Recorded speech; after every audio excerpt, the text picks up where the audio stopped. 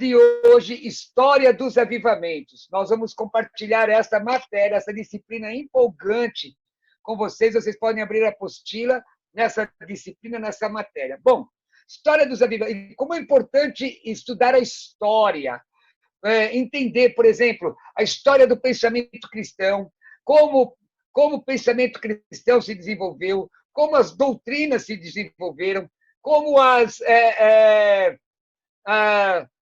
os embates teológicos aconteceram nos primeiros séculos, na época da patrística, etc., etc.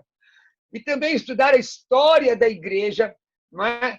Durante todo o período até os nossos dias, como a igreja via certas situações, questões sociais, doutrinárias, questões espirituais, como a igreja via ou poderia influenciar nos diversos setores da sociedade na história.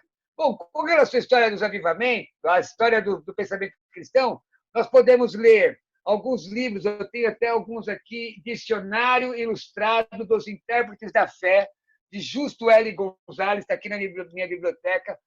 Nós temos ali História das Doutrinas, de Luiz Berkoff, da editora PES, Publicações Evangélicas Selecionadas. Nós temos História do Pensamento Cristão, editado pela CPAD. Nós temos História da Teologia, da editora Concórdia, se não me falha a memória. Muitos livros falando sobre história do pensamento cristão. Nós temos muitos livros bons também com relação à história da igreja. O Justo L. Gonzalez lançou os 10 volumes de História da Igreja, História Ilustrada da Igreja, em 10 volumes. Nós temos muito material com relação a esses aspectos históricos que são efetivamente importantes. Mas nós vamos estudar algo que, para nós, é fantástico. Nós vamos estudar a história dos avivamentos. Então, nós temos que definir o que é avivamento. Não é? Já foi citado aqui o livro Fogo do Reavivamento. Esse livro, da editora Candeia, é impressionante, é maravilhoso. Nós temos, com relação ao pentecostalismo, o livro O Século, ele está aqui do lado, O Século do Espírito Santo. É um dos livros que está aqui nessa prateleira, nessa estante, na verdade. O Século do Espírito Santo, que é de um historiador Holiness, não é? Tratando sobre o movimento pentecostal moderno. Mas a ação do Espírito Santo não está circunscrita ao pentecostalismo moderno. Então, através da introdução da sua apostila, você vai ver aí, vai acompanhar, através dessa disciplina, nós estaremos estudando a história dos avivamentos, suas causas e consequências, observando a soberania de Deus em proporcionar, usando a instrumentalidade de pessoas compromissadas com ele, com o Evangelho, uma chama acesa. Veja aí textos como Apocalipse. Vamos ler Apocalipse, capítulo 2. Apocalipse, capítulo 2, 4 e 5. Eu vejo essa matéria empolgante, 2, 4 e 5. Tendo, porém, 2, 4 e 5.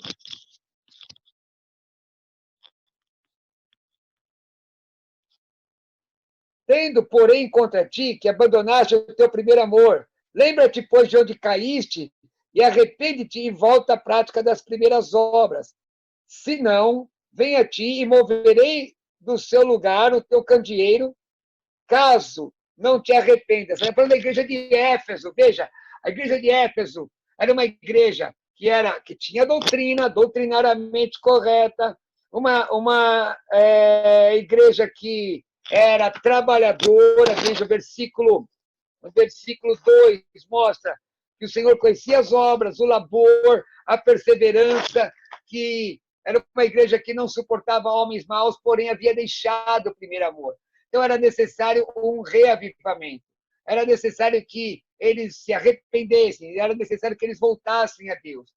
Isso nos mostra que, muitas vezes, você ser doutrinariamente correto não quer dizer que você seja uma pessoa cheia do Espírito Santo, salvo, porque há pessoas que elas fundamentam a sua religião, a sua religiosidade na prática estéril do cumprimento de determinadas regras, normas, preceitos, não é? Enquanto uns vivem anomia, quer dizer, sem lei, ao anomos, né? Fora da lei, sem lei, outros vivem a lei simplesmente pela lei. Ou como Merval Rosa fala no livro Psicologia da Religião, se referindo a Jesus, dizendo que Jesus era supralegalista. Ele cumpria a lei pelo resultado que a lei dava, mas não por conta da esterilidade da letra. Não é? Então, nós observamos que é possível, como acontece com a igreja de Éfeso, citada no livro de Apocalipse, que, embora seja doutrinariamente correta, haja esterilidade espiritual. Por quê?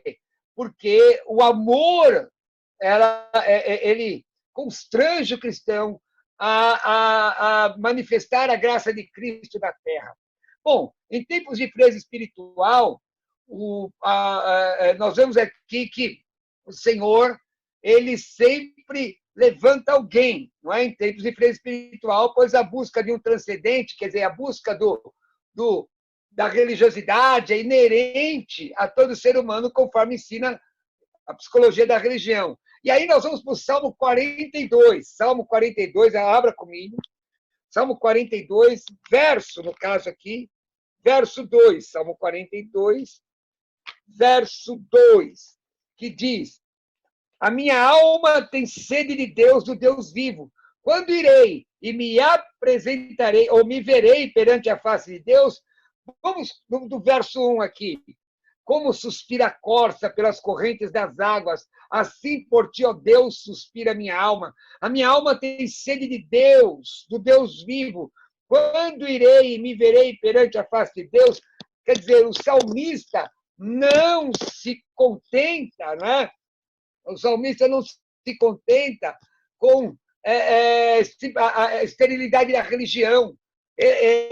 O texto mostra, no verso 3, as minhas lágrimas têm sido o meu alimento de dia e de noite, quer dizer, a busca ao Senhor.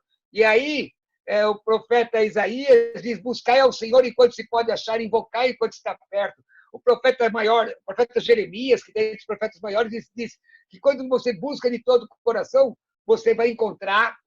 Jesus ainda ensina isso: pedir, dar-se-vos-á, quer dizer, buscar, como se a sua vida dependesse disso. Então, não é a esterilidade do rito religioso ou a esterilidade da liturgia religiosa. É importante entender que Deus, para Deus, o tempo sempre é o presente, Deus sempre é o presente de indicativo ativo. Então, Deus é ontem, é hoje, Ele é amanhã. Esse é o tempo verbal para Deus. E Deus sempre está agindo, buscando alguém que possa estar na brecha, buscando alguém que possa ter uma relação com Ele acima da religiosidade, acima da religião e de verdadeira consagração. Não é? Porque a Bíblia diz que a fé, a palavra pistis, fé, a palavra grega pistis, que é traduzida por fé, é o firme fundamento daquilo que não se vê, convicção daquilo que se espera, Hebreus 11:1. Mas no versículo 6 diz: mas aquele que se achega a Deus deve crer que Ele existe e Ele é galardoador daqueles que o buscam. Ok? Então, quer dizer, a fé tem que gerar uma experiência. A fé gera experiência. Entenderam até aqui? Entendido. Glória a Deus. Bom, voltando aqui. Quantas vezes observamos a fragilidade espiritual dos que, na verdade, têm um conhecimento periférico do Senhor, não é? Conhecimento periférico, que não mergulha. Veja ali o texto de Jó 42:5, poético, né? 42:5. É muito interessante quando diz assim, Jó 42:5. Os irmãos estão, creio que, abrindo aí comigo. Quem for entrando, 42:5. não sei quantos irmãos nós temos aqui, glória a Jesus. Jó 42, 5, que diz assim: eu te conhecia de ouvir falar, mas agora os meus olhos te veem. Uma outra versão, né? Diz assim: antes eu te conhecia de ouvir falar, mas agora os meus olhos te veem. Eu te conhecia de ouvir falar, mas meus olhos te veem. Quer dizer, tem muita gente que ouviu falar de Cristo. Bom, primeiro, a fé vem pelo ouvir, é óbvio, Romanos 10, 17. A fé vem pelo ouvir e ouvir a palavra de Deus. Mas esta fé, que é gerada em nossos corações pela palavra, ela deve se transformar numa experiência, relacionamento. Amém? Intimidade com Deus. Então, o avivamento tem relação com isso. Veja o texto de Juízes, capítulo 6, versículos de 13 a 15, onde Gideão apresentou uma visão errada e incompleta do relacionamento com Deus, não é? É muito interessante. Imagina, irmãos, você está lá, uma luta, vou pegar aí o texto de Juízes, que também é um texto como chamado de, eu chamo, né, de período anárquico da história de Israel. Juízes 6, acompanha comigo. Juízes 6. Anárquico porque diz o texto que cada um andava segundo o seu coração. Juízes 6, 13 a 15. 13 a 15. Diz assim: respondeu-lhe Gideão: ai, Senhor meu, se o Senhor é conosco, por que nos sobreveio isso? E que é feito de todas as suas maravilhas que os nossos pais nos contaram, dizendo: não nos fez o Senhor subir do Egito, porém agora o Senhor nos desamparou e nos entregou na mão dos medianitas. Então se virou o Senhor para ele e disse: vai nessa tua força e livre Israel da mão dos medianitas. Porventura não te enviei eu? E ele disse: ai, Senhor meu, como livrarei Israel? Eis que a minha família é a mais pobre em Manassés e eu menor a casa dos meus pais. Vejam, esse texto revela muita coisa. Bom, primeiro, o texto diz o seguinte, presta atenção, se vocês quiserem anotar. O texto diz o seguinte, no capítulo 6, versículo 11, que o anjo do Senhor, que veio o anjo do Senhor e se assentou debaixo do carvalho que está em Ofra, que pertencia a Joás. Gideão estava malhando trigo no lagar para pôr a salvo dos medianitas. Então o anjo do Senhor lhe apareceu e disse: veja, Gideão estava com medo dos medianitas. A Bíblia diz, em 1 João 4,18, que no amor não há medo. Antes o perfeito amor lança fora todo medo. Aquele que tem medo não é perfeito em amor. Observa. Não é a questão de você conhecer a Deus, ouvir falar a Deus, ter relacionamento com Ele. Então ele estava num lagar, malhando trigo, que não é lugar de malhar trigo. Não conseguia ver o anjo, até o anjo se revelar a ele. E o anjo se revela a ele. E o anjo diz no versículo 12: Senhor é contigo, homem valente. Irmãos, se você que está aqui assistindo, meu aluno, você ouvisse o anjo na hora da luta, que dissesse: o Senhor é contigo, homem valente, o que você faria?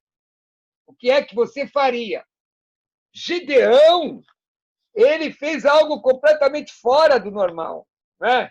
Respondeu Gideão: ai, Senhor meu, se o Senhor é conosco, como é que nos sobreveio isso? Quer dizer, ele mostra aquilo que tem. A boca fala do que está cheio o coração. Ele compartilha a incredulidade. Por que isso aconteceu? Por que isso aconteceu? E o Senhor, ele diz: o que aconteceu com todas as maravilhas que nossos pais nos contaram? Observa, antes eu te conhecia, o caso de Jó. Antes eu te conhecia de ouvir falar, mas agora meus olhos te veem. Irmãos, avivamento acontece quando nós saímos da retórica, do conhecimento puramente intelectual, e nós passamos a conhecer a Deus. Aleluia. Conhecer a Deus. Antes eu te conhecia de ouvir falar, mas agora meus olhos te veem. Olha o caso de Gideão. Gideão diz assim: que aconteceu com Deus de nossos pais? Ué, não é o Deus dele? O que aconteceu com Deus que nossos pais nos falaram? Quer dizer, ele ouvia a história acerca de Deus da boca de seus pais, mas nunca tinha tido um relacionamento com Deus. E isso tem que mudar. Quando isso muda, o avivamento chega. Meus irmãos compreendem? Estão compreendendo? Olha que coisa tremenda aqui no texto. Então, diz o texto aqui, o Senhor diz, vai nessa tua força e livra Israel. O anjo diz, vai nessa tua força e livra Israel. E aí, ele redargue, ele responde, a minha casa é a menor da minha tribo. A minha tribo é a menor. Quer dizer, é tomado de um espírito de inferioridade. Amados, avivamento começa quando nós nos escondemos com Cristo em Deus. Colossenses 3:3, vós que estáis mortos, escondidos com Cristo em Deus. Veja essa questão maravilhosa que mostra a visão errada e incompleta de relacionamento que Gideão tinha com Deus. Não é? Nós vamos ver textos como Gênesis 27:22, Gênesis 28:16-17, o Jacó despertado. Vamos ver um Efésios 5:14. Esse trecho é muito conhecido, não é? Está lá, Efésios 5:14, muito conhecido, que diz, pelo que diz, desperta, ó tu que dormes, levanta-te de entre os mortos e Cristo te iluminará, ou, numa outra versão, Cristo te esclarecerá. Olha, irmãos, não é? O texto, a situação espiritual clama por avivamento. Abacuque, capítulo 3. Abacuque, capítulo 3, versículo 2, diz, tem ouvido ao Senhor as tuas declarações. Se você for observar o profeta, Abacuque, ele começa assim, ó, sentença revelada ao profeta Abacuque. Até quando, Senhor, clamarei eu e tu não me escutarás? Gritar-te-ei. Quer dizer, eu clamo e não te escuto. Aí, no capítulo 3, o texto já muda o ânimo do profeta. Diz assim, tenho ouvido ao Senhor as tuas declarações e me sinto alarmado. Aviva a tua obra, Senhor. Aviva a tua obra. Oração por avivamento. O objetivo principal é fazer com que as pessoas voltem para Deus, voltem para a comunhão. Atos 1:8, né? E recebereis dinamis, poder, gerador de dinamite, como alguns pregadores dizem. Nobel nem tinha inventado dinamite. Dinamis é um gerador de força. A palavra não é dunamis, não, viu, irmãos? É dinamis. É um gerador de força. Um gerador de força que leva a pessoa a ser testemunha, mártir, Jerusalém, Judéia, até os confins da terra. Não é? Disposição apaixonada, nós temos que observar a disposição apaixonada do Senhor Deus para salvar. A Bíblia diz, Roteos regapsin cosmon, Evangelion Cataiotes, quer dizer, João 3,16, Roteos regapsin cosmon, Deus amou o mundo. Que maneira é essa? Maneira apaixonada. Se a gente falar paixão é carnalidade, não, é intensa, intensidade. Um avivamento sempre começa no íntimo de uma pessoa, mas também sempre alcança outras pessoas. Veja João 15:1-4. Veja João 7:38. Vamos ver o Evangelho de João. Abra aí. Evangelho de João. Vai comigo, pessoal. Evangelho de João 15, de 1-4. Eu sou a videira verdadeira e meu pai é o agricultor. E todo ramo que, estando em mim, não der frutos, ele a corta. E todo que dá fruto, limpa, para que produza mais fruto ainda. Vós já estáis limpos pela palavra que vos tenho falado. Permanecei em mim, eu permanecerei em vós. Como não pode o ramo produzir fruto de si mesmo, e se não permanecer na videira, assim nem vós o podeis dar, se não permaneceres em mim. Então, o meu ministério é do Senhor. O fulano é a última bolacha do pacote, está quebrada, esfarelada. Pode crer. O outro é a última Coca-Cola do deserto. Se é a última Coca-Cola do deserto, pode acreditar. Se é a última Coca-Cola do deserto, se abrir, vai dar problema, vai fazer mal a quem beber. Pode acreditar. Sem Cristo, nada podemos fazer. Nós temos que estar ligados na videira. E aí, Evangelho de João 7, 38 e 39, diz a Bíblia Sagrada. Quem crê em mim, como diz a Escritura, do seu interior fluirão rios de água viva. Isso ele disse com respeito ao Espírito que haviam de receber os que nele crescem, pois o Espírito até aquele momento não fora dado, porque Jesus não havia sido ainda glorificado. Isso, quem crê no Senhor, como diz as Escrituras. Então, irmãos, portanto, nós vamos estudar a história dos avivamentos, a obra do Espírito de Deus avivando pessoas e nações, tanto na narrativa bíblica como na história da humanidade. Vamos falar agora sobre definições de avivamento. O que é avivamento? Muito se fala de avivamento. Nós vemos aí congresso de avivamento, expoentes do avivamento. Mas o que é avivamento? Será que avivamento é a ostentação de um pregador ou outro? Avivamento é você usar uma roupa esdrúxula, né, esquisita? Por exemplo, existem pregadores que são interessantes. Eles, quanto mais enfeitados, ele acha que tem mais poder. Colarinho camisa de cetim vermelho, colarinho de cetim preto, parecendo uma entidade do espiritismo, com sapato de 4 cores, só falta uma garrafa de marafa na mão, não é? E será que isso é avivamento? Eu costumo dizer aos meus alunos e nas pregações que quanto maior é o pavão, menor é a unção. Avivamento não é ir a uma rua específica de crentes e comprar um kit crente, espalhafatoso, tem que ter um coração de crente, de gente comprometida. Salmo 51, 17 diz a Bíblia que é um coração quebrado e contrito, Deus não despreza. Um coração quebrado e contrito, Deus não despreza. Então, o que é avivamento? O que é avivamento? Vamos observar. Orlando Boyer, ele diz, avivar é tornar mais vivo, excitar, despertar, animar, estimular. Está lá na Pequena Enciclopédia Bíblica, Leitura Vida, página 88. Cláudio Honor Corrêa de Andrade, no Dicionário Teológico da CPAD, página 214, ele diz, reavivamento, ato ou efeito de conceder vida. É a volta aos princípios que fizeram da igreja primitiva a agência por excelência do reino de Deus. O reavivamento é o retorno à palavra de Deus como a única regra de fé e conduta. É o cumprimento da grande comissão e o reatamento da comunhão com Cristo. Observa que isso não é a prática estéril de doutrina, de liturgia, não.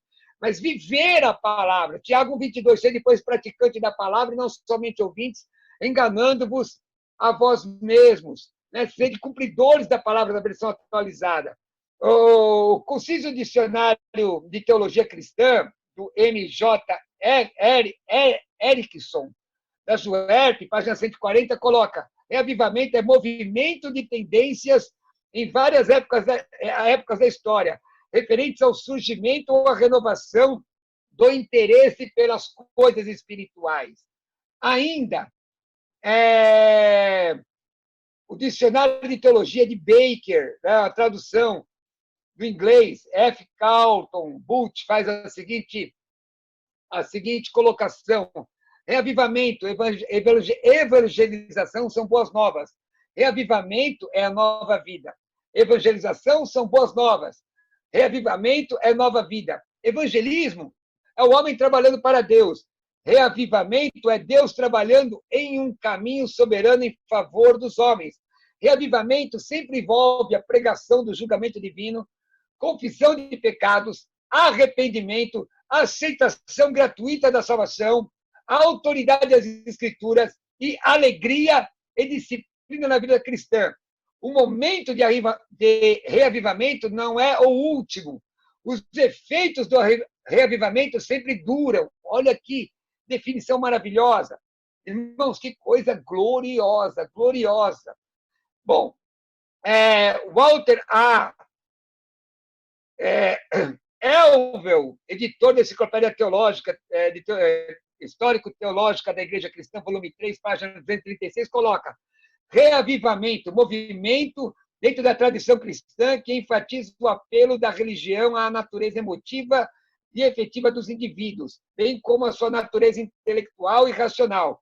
Acredita que o cristianismo vigoroso começa com uma resposta da totalidade do ser à chamada do Evangelho para o arrependimento e renascimento espiritual pela fé em Cristo Jesus. Essa experiência resulta em um relacionamento pessoal com Deus. Irmãos, eu quero encerrar essa parte aqui dizendo isso. Avivamento é relacionamento com Deus. É sair da teoria para a prática. É viver a palavra. É deixar fluir de dentro de você a palavra de Deus, o amor às almas e buscar a vida de consagração ao Senhor. Deu para entender? É tornar a ter vida. Deu para entender isso? Sim? Maravilha.